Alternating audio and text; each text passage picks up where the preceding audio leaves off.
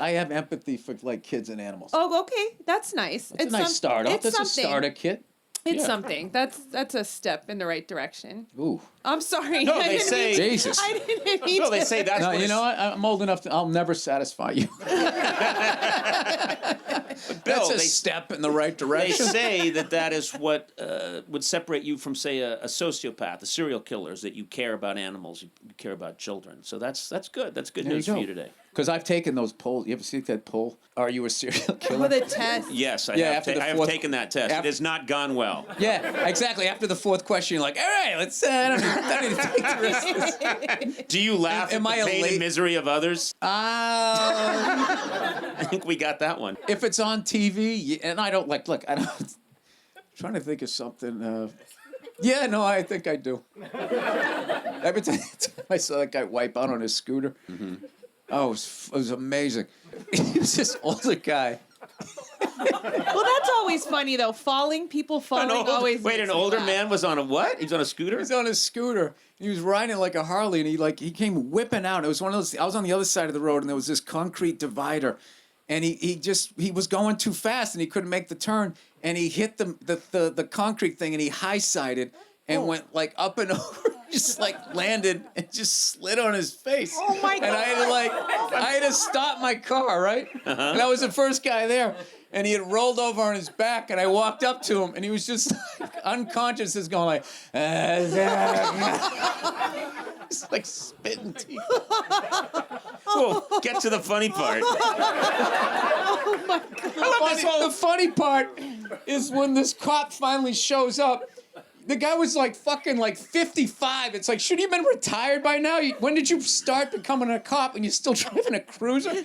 So he pulls up and just completely could give a fuck. He just walked up to the guy. He had his hands in his pockets. And he just looked over and he just goes, "You all right?"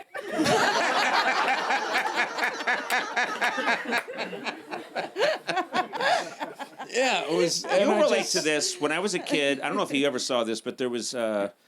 some Christian network. Back then, there was nothing on TV.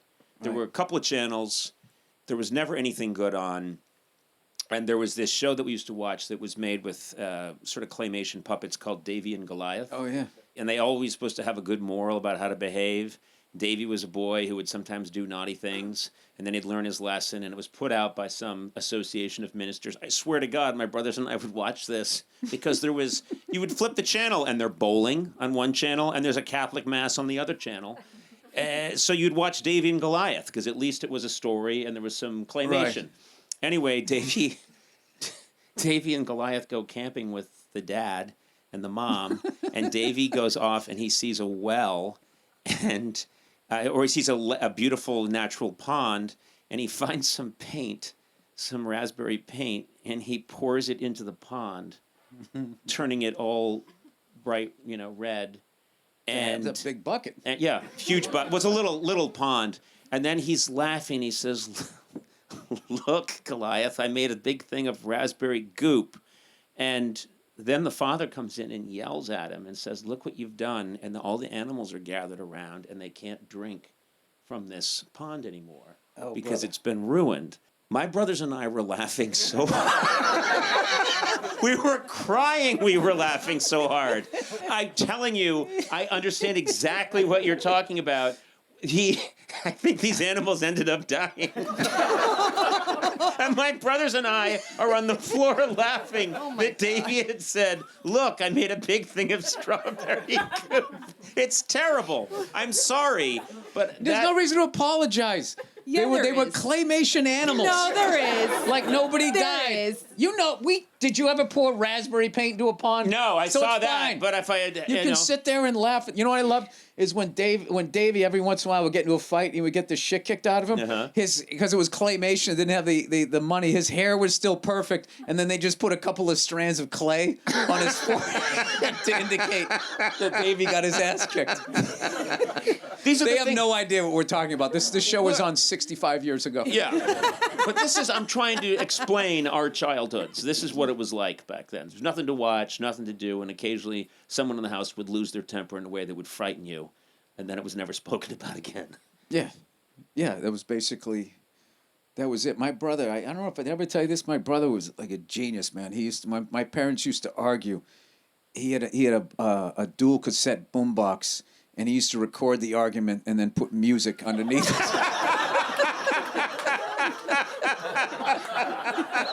And one of the greatest ones ever was he put Led Zeppelin No Quarter, which has this really, John Paul Jones plays this haunting keyboard. It was right there. It was scored perfectly because it started off slow with them going back and forth, and then gradually, and just Robert Plant, close the door, put out the light. And right as Bottom's drums, came in. My dad, fuck, no, get the fuck out of here. Dude, and we used to listen to that fucking thing for like years. And then we finally played it for my dad, and he laughed his ass off. He's like, he thought it was hilarious. He thought it was fucking hilarious. He never understood anything. We had him watch The Great Santini one time, hoping that he would get it, and he didn't. He ended up just loving the movie and just walking around going, I am the Great Santini. We're like, no, it's about a dad who's very abusive to his son. Yeah, who loves his family but doesn't understand that he's slowly killing everybody. Yeah. And your dad watched that and thought, thank you for showing me he thought this uplifting film about how we should all behave. It was like Sleepless in Seattle. When Harry met Sally.